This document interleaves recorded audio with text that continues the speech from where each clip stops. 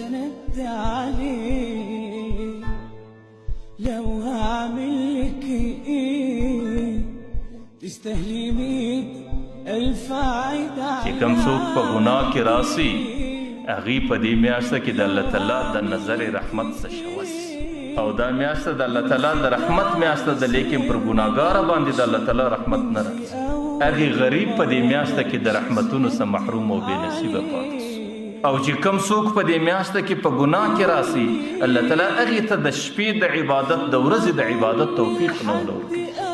تاسو ګورئ ډېر خلک دي د شپې د پیشلمیو د خوراک دپاره راپورته کېږي، لیکن هغې غریب ته د 2 رکعاتو تهجد توفیق نه وي. د هغې وجه څه ده چې د خوراک دپاره راپورته کېدی سم د اوداسه توفیق نه لرم او د 2 رکعاته تهجد لمانځه توفیق نه لرم. د هغې اثراندازي هغه د ورځې د اعمالو سي چې د هغې غریب په زندګي کې د ورځ کنټرول نه وي او چې د ورځې د سړي څه ګناه کېږي د شپې د عبادت د لذت څخه بیا محروم وي. چې د شپې په عبادت کې څومره لذت او څومره خوند دی، د الله تعالی څومره قرب او مناجات او نزدېکت دی، د هغې څخه بیا سړی محروم او بې نصیبه ګرځي. نو چې د ورځې روژه په ښه شکل نه ده نو ځکه د شپې الله تعالی د تهجد د لمانځه توفیق نه ورکوي. چې کوم چاته د تهجد د لمانځه توفیق ولا ورکوي هغې په دعا کې الله تعالی حلاوت او خوند نه یږدي، او چې کوم چاته الله تعالی د دعا توفیق ولا ورکوي هغې په دې خپله دعا کې اوږدوالی نسي کولی، هغې د دې خپلې دعا په شکل ډېره غوښتنه د الله تعالی سره نسي کولی. د هغې وجه څه چې د هغې ورځ د ګناهو څخه کنټرول.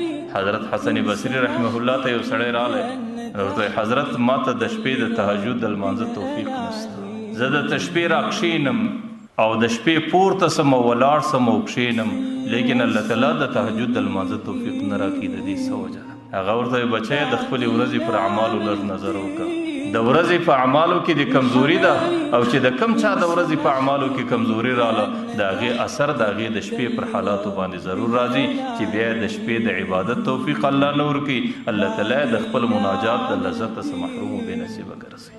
ځکه دې میاشته کې یوه خبره ضروري خبره هغه دا ده چې عبادات که سړی ډېر وکړي که لږ وکړي، نفلونه که سړی ډېر وکړي که لږ وکړي، د قرآن تلاوت که ډېر وکړي که لږ وکړي، د هغو ټولو څه اولنی قدم مخکینی قدم هغه دا دی چې خپله زندګي په کنټرول کې راګرځول او خپله زندګي د ګناهو څخه محفوظه کول او خپله زندګي کې ګناه ختمول. یو بزرګ خپلو موریدانو ته وایي چې کله د روژې میاشته راله باره سره راجم وکړئ بچانو جفا مه کوئ. هغې به ورته ویل حضرت د دې څه مطلب ول بې وفایي مه کوئ. هغې به بیا ورته ویل چې جفا او بې وفایي د چا سره؟ ول جفا او بې وفایي د خپله رب سره مه کوئ. بیا به ورته ویل چې 2م نمبر یې د الله تعالی د مخلوق سره مه کوئ او 3م نمبر جفا او بې وفایي د دې خپله ځان سره مه کوئ. نو هغې به ورته ویل چې د رب سره جفا څه معنا، د مخلوق سره جفا څه معنا، د ځان سره جفا. ورته ویل چې ګوره شپه او ورځ د الله تعالی په رحمتو او په نعمتو کې زندګي تېروئ او الله تعالی د خپل رحمت او د برکت په خاطر دا میاشت در باندې راورسوله. دې میاشته کې د خپلو حاجاتو غوښتنه د الله تعالی څخه بغیر د بل چا څخه مه کوئ، او چې کله تاسو د خپلو حاجاتو غوښتنه د الله تعالی څخه وکئ نو دا مې د الله تعالی سره وفا ده. او که د الله تعالی څخه ما سوا د بل چا پر دربارو باندې ځغلی، د بل چا پر دربارو باندې ګرځئ، دا مې د الله تعالی سره جفا ده، د خپل رب سره جفا مه کوئ. او دا مخلوق دی الله تعالی عیال دی، دا د الله تعالی مقرب بندگان دي او دا الله تعالی ته محبوب مخلوق دی.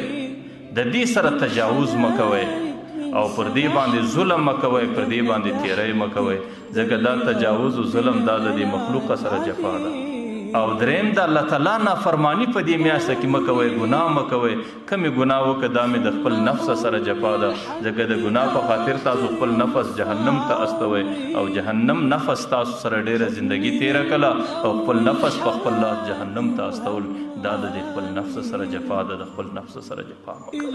نو ځکه دا میاشته د وفا میاشته ده او دا د الله تعالی سره د جوړې میاشته ده، دا د الله تعالی سره د روغې میاشته ده.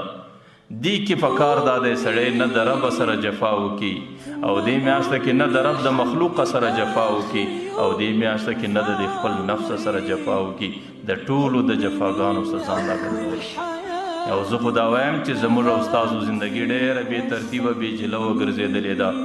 دې میاشته کې کوشش دا کول چې د دې خپلې زندګۍ مغفرت غوښتل او د دې خپلو 11 میاشتو ګناه هغې د الله تعالی دربار کې معافول.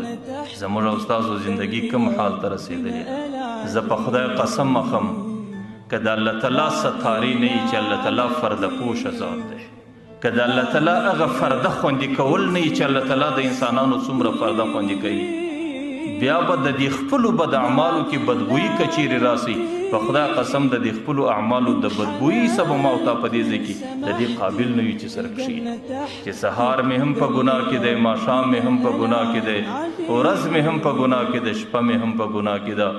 نو صرف د الله تعالی ستاري ده، د الله تعالی فرده پوشي ده چې الله تعالی د انسانانو پر دې شکل باندې پرده خوندي کوي.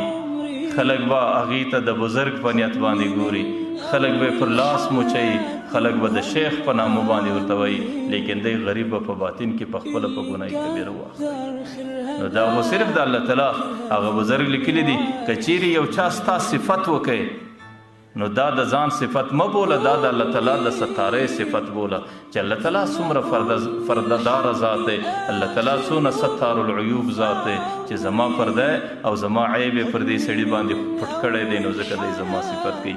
دا زما صفت نه دی، دا د الله تعالی د ستارۍ صفت دی.